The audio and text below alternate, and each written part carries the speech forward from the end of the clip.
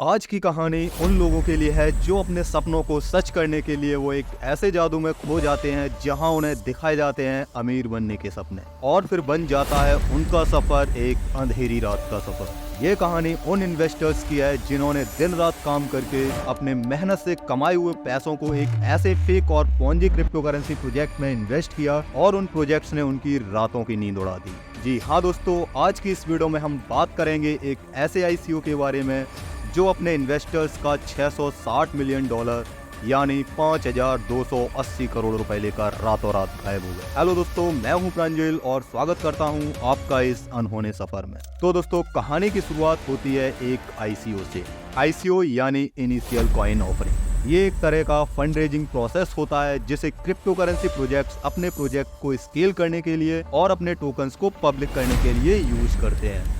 अब मैं आपको एक एग्जांपल देकर समझाता हूँ। सोचिए आप एक बिजनेस शुरू करना चाहते हैं और आपको उसके लिए पैसे चाहिए। आईसीओ एक ऐसा तरीका होता है जिसमें आप अपने बिजनेस के लिए टोकन्स यानी क्रिप्टो करेंसी बनाते हैं और फिर इन टोकन्स को पब्लिक में बेचते हैं, और फिर जो लोग इंटरेस्टेड होते हैं वो इन टोकन्स को बाई करते हैं, और जब लोग टोकन्स खरीदते हैं तब आपको फंड्स मिलते हैं। फिर आप उन फंड्स का यूज अपने बिजनेस को स्केल करने के लिए करते हैं। दोस्तों, ये एक नया तरीका है उन लोगों के लिए जो अपने बिजनेस को बड़ा करना चाहते हैं, और बदले में इन्वेस्टर्स को होप होती है कि फ्यूचर में ये टोकन्स ज्यादा वैल्यूएबल हो जाएगा जिससे उन्हें बाद में अच्छा पैसा मिल जाएगा। अब वापस चलते हैं कहानी पर। ये कहानी शुरू होती है सिंगापुर और इंडिया के प्रोजेक्ट के नाम से, लेकिन असल में ये कहानी रची गई है वियतनाम में। ये बात है 8 अप्रैल 2018 की, जब पिनकॉइन और आईफेन नाम की दो क्रिप्टो करेंसी ने अपने इन्वेस्टर्स की नींद तब उड़ा दी जब उन्हें पता चला कि उनका पैसा कौड़ियों के भाव हो गया, जिसमें वो स्कैमर्स अपने इन्वेस्टर्स का $660 मिलियन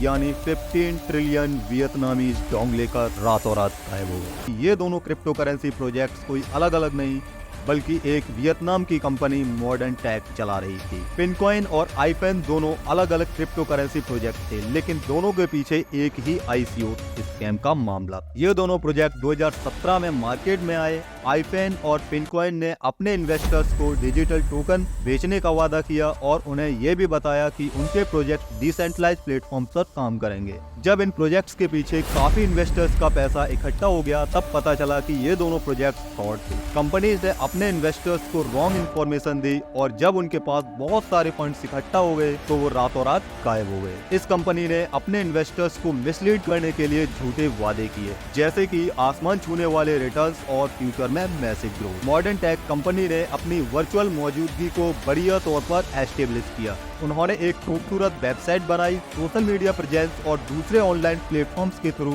वो अपनी लेजिटिमेसी का फॉल्स इंप्रेशन क्रिएट करते रहे। कंपनी ने कुछ बड़े इन्फ्लुएंसर्स को अपने प्लेटफॉर्म को इंडोर्स करने के लिए हायर किया।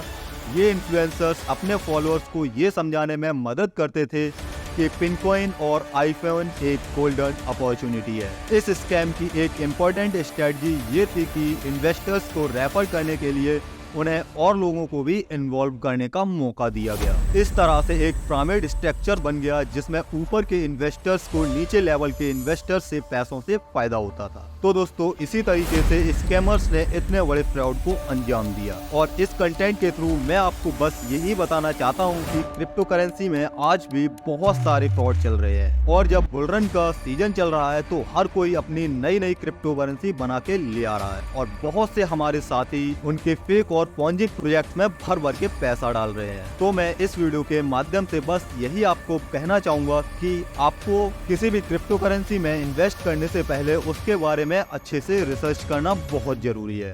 और दोस्तों, अगर आप इसी तरह की क्रिप्टो करेंसी के बारे में कुछ नया और इंटरेस्टिंग सीखना चाहते हैं तो आप अभी हमारे चैनल को सब्सक्राइब, और वीडियो पसंद आए तो वीडियो को लाइक और अपने फैमिली और फ्रेंड के साथ शेयर करना ना भूलें। मिलते हैं अगली कहानी में।